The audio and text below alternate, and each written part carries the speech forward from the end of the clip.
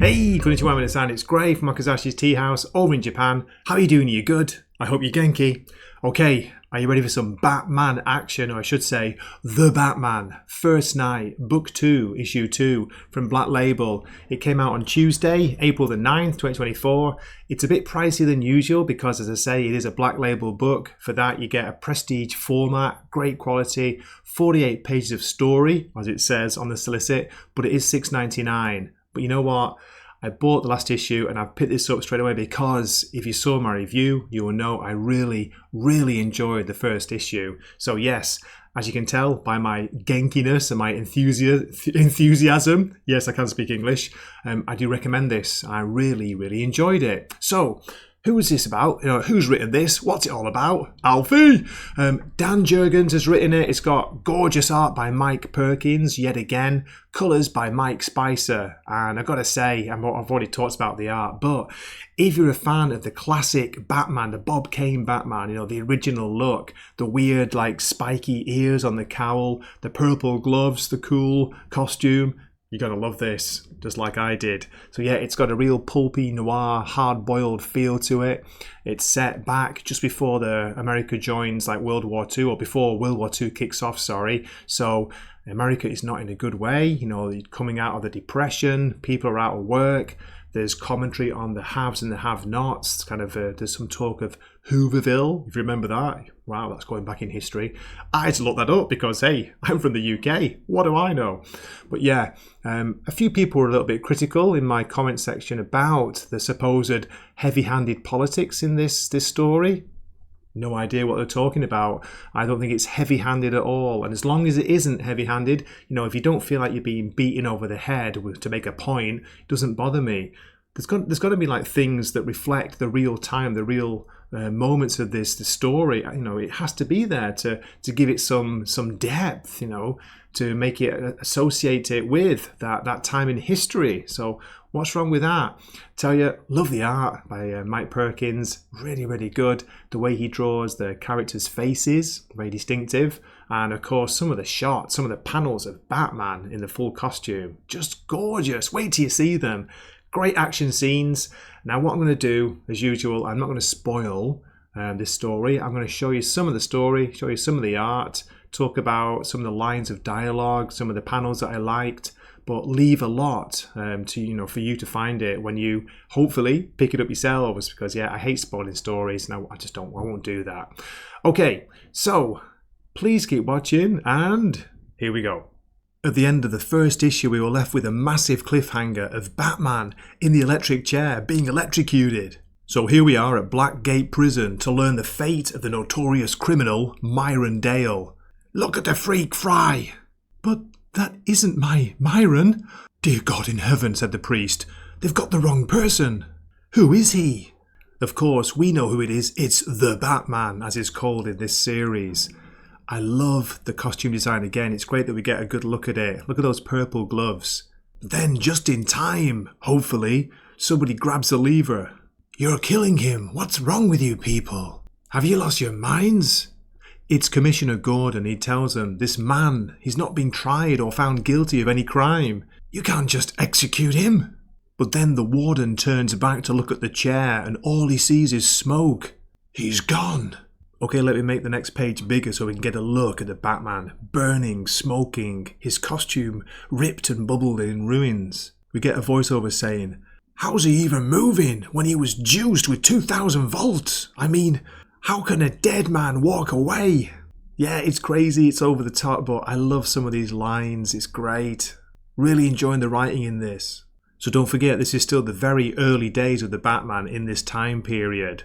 Most of the cops have never seen him yet, but the ones who have, they seem to think he's some kind of demon.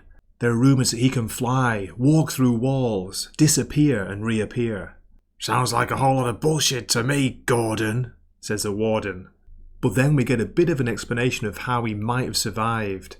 One of the cops is saying, well, Gordon cut the juice early, but also the generators in the prison, they'd just been fired up after the prison lost power.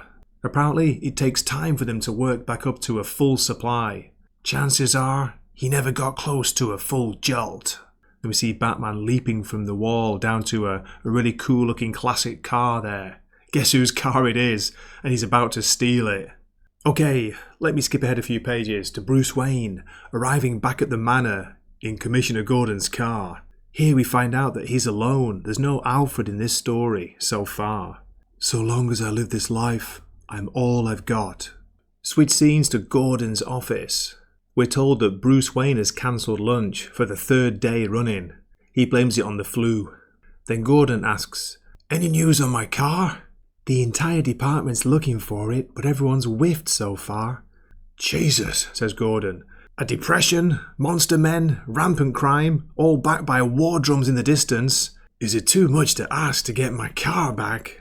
Then we return to Wayne Manor and we see Julie Madison, the film actress. She's there right now knocking on Bruce Wayne's door and no one's answering. She picks up the newspaper. "Mysterious Batman remains at large." Surprisingly, the door is unlocked and she walks in. Here we get some commentary on the divide between the rich and the poor, especially at that time. Julie's talking about Hoovervilles all over the country. He's living alone in this giant manor. It's obscene. Not quite as obscene as that massive tiger skin on the floor there. "How dare you?" Finally she gets a reply. "Go away!" "I came to thank you, Mr. Wayne. Our film is up and running again, thanks to you." Then she walks in, opens the door to his bedroom, I guess. And I love the little shadow on the wall there. Can you see the bottom panel on the left? That looks like a bat cowl. She sees that he's hurt and asks, "What happened? What are those burns?" He blames it on a short in the fuse box. "Thought I could repair it on my own." I got to say here with the art, I love the way that Mike Perkins draws the different characters' faces, the expressions, they keep changing. It's got a really distinctive look. Okay, let me skip ahead a few pages again to, I guess this is Bruce Wayne's or Batman's secret laboratory somewhere in the manor. We're getting a radio narration here. "You're listening to WGC Radio, where we're pleased to have Mayor Avril Vincent in for a chat. Mr. Mayor, welcome." "Good to be here, Stuart, especially after the assassination attempt. To be honest, the missus and I were lucky to escape alive." "A question about that, sir. In light of the murders of several councilmen and the continuing level of crime and chaos, I can't help but wonder, are any of us truly safe? Because a lot of Gothamites feel like things are so out of control. There isn't a man alive who can stop this." And then we get this great panel at the bottom. Look at Batman, the Batman's costume there, with a weird kind of mist rising from behind it. It's almost magical, supernatural. I think that's the effect they're going for throughout this series. He is a mythological creature, a mythological man. And this is followed by this gorgeous panel here, the top panel on this next page. Look at that, the Batman at night, the moon behind him. We see the cityscape in the background, his cape flying, flopping in the breeze. And yeah, I love this design, this old style Batman. Real Bob Kane vibes with this. Okay, there are still a lot of pages, a lot of action, a lot of story to go. I just want to show one more gorgeous image here. Look at this, how awesome is this? Batman coming down, dropping down on Johnny the Whip. We see the weird monster men beside this gangster, this criminal. Just great image here, great art, and I like the colouring too. Okay, that's it for the short story summary. I say short, but I did waffle on for a bit, didn't I? But as I say, I don't like to spoil too much. I just want to give you a look inside the book, give you an idea of what to expect, and hopefully you'll go out and buy it like me. Oh, you think darkness is your ally? And there you have it. Do hope you enjoyed that look inside the book. Okay, for a score, I'm going to give this a very strong, powerful, beautiful 9 out of 10. Okay, let's have a look at the variant covers. There are only 2. This first one is a cool, old-fashioned style. It looks like it's been screwed up and reopened. You can see like marks on the pages, like it's been unfolded. It's by Sebastian Fiumara, or is it Fiumara? Great artist. I like him and his brother Max. They've done some great work on some of the Hellboy titles in the past. But yeah, this is the first one. What do you think of this? Now, let's have a look at variant 2.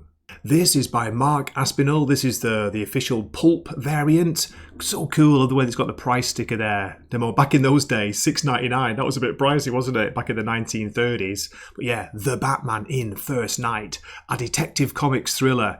great issue. I love the way it's looking down there as this door opens. The safe in Wayne Manor opens and you see the Bat costume behind. Okay, that's it for my review. I do hope you enjoyed it. As always, I'd love it if you left a comment. It'd be great to hear from you. Do let me know if you're reading the series or if you're reading this issue. What did you think? Let me know in the comments, and I hope to see you in a future video. Shout out to the Wakizashi Teahouse Dojo members. You guys and girls rock. You keep this channel going. Thanks so much for your support, and as I say, see you very soon. Mata now.